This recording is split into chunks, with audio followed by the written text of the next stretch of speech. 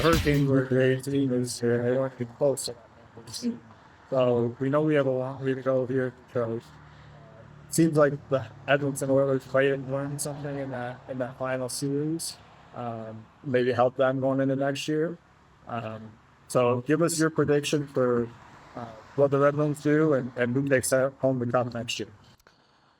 Well, it is a puzzle to be put together. I mean, the draft picks that the Draper and the guys have gone after here in the last several years with Raymond and Sider and Edmondson, and so there's a whole bunch. I mean, half our roster late in this season were young guys under 23 years old. So you mix in some seasoned veterans, guys that can help these young kids adjust off and on the ice. Very important. Role players. When we talked the other day to Draper and Eisenman, we talked about the importance of the grind line and how much they meant to the superstars on the team. You can't just win with talent. You have to have all these different things. That's why it's a really difficult puzzle to put together. And it's more difficult today. There's 32 teams looking for the same players. The Florida Panthers were a beast from the goaltender on out.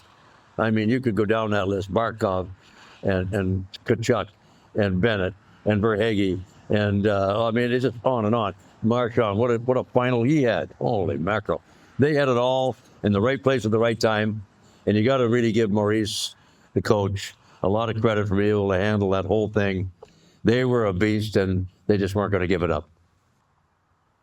That's a great point, Coach. Paul Maurice, actually, I have a couple of claims to fame on that for me that I'll throw out there. Paul Maurice is the guy that cut me from the Carolina Hurricanes. Put that notch in my belt. Aaron Ekblad was, I think his entire NHL draft highlight reel was him scoring goals against me. He's another one. He's another good one that I think he left off the list. I had an amazing series. Yeah. But coaching here in Detroit, we went through, gone through a couple coaching series.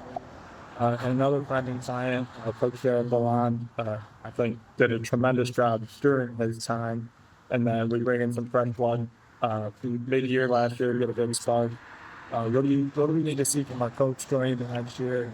How does the coach set the tone that really sells with those guys to create that culture and that running environment?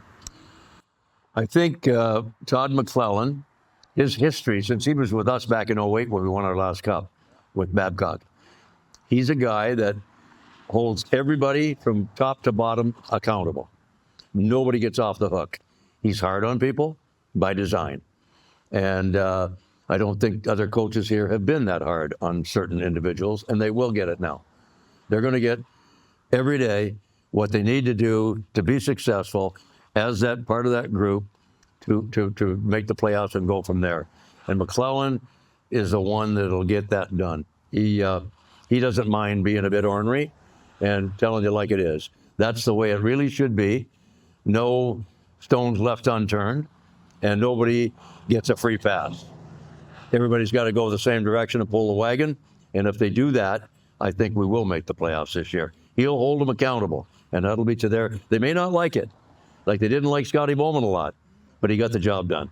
That's the way it happens. I absolutely love that. Embrace that accountability and keep you from in those lower lines and play back final style. We love to see it. We're cheering for you next year. So I'd like to just touch on a little bit of your experience here with the Locating Kings. You got to work with my cousin, Nick Mahalik. We've been in business now. We talk about celebrating anniversaries. This is our 59th anniversary. Going back to my grandfather, 1966, starting here at Monroe Superstore.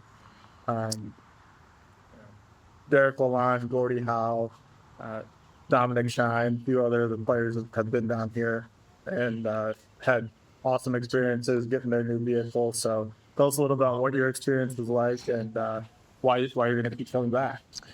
Well, it started because we were looking around there's been some changes, as everybody knows, in the hierarchy of Chrysler, Ram, whoever, like Stellantis or whatever. And now there's changeover again. And when I went to try to get a 25, was it a Laramie, they didn't have any Ram boxes. And I wasn't happy about that. But the bottom line is, I think changes going forward. The thing that you guys had a couple of 25s in the limited with Ram boxes and black like mine, like the one I had before, which I kind of am partial to. And that really drove me through conversation with friends in your industry to, you had this truck, I think, down in Toledo or down in Ohio. Yep. And that's how it all started. And here we are, a month or so later. It really happened pretty fast, actually. But it was time, as I had my other one for about 6 years, and it was time to go. And as I said, I'm going to be learning this truck for a while. There's a lot of knobs and dials, but it's a beautiful truck, and I'm very blessed to be able to be in it every day. I'm in my truck all the time. So if I can get a truck like that to be a part of me, I'm a happy camper. Beautiful. I think you said it well, and I think that's one of Grant Mahalik, the low-maintenance king. He'd be proud that as soon as Mickey called and was interested in that truck, he was here the next day, ready to go, ready for that test drive, and there was no hesitation on it. In Ralph's words, he'd say he's on it like a rat on a Cheeto. And he counted every nickel, dime, and Deutschmark to make sure you got the best deal possible. So Ralph's got some Mickey in him himself as the low payment king. I'm wondering if you have any clever ones you might want to share with him. Any Mickeyisms? Mickeyisms on your car. Well, it's too early to have Mickeyisms on the diesel, but we'll come up with some though. Had a great conversation with Ralph that very first day, and very enjoyable. Sounded like he's easy to be around.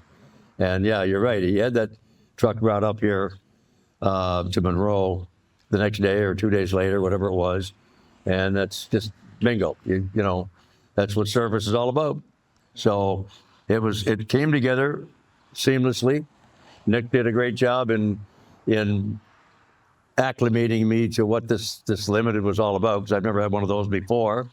So like I said, lots of dials and lots of things to learn, but you did a good job in making me comfortable in what we were doing and the path that I was going to be going forward with it.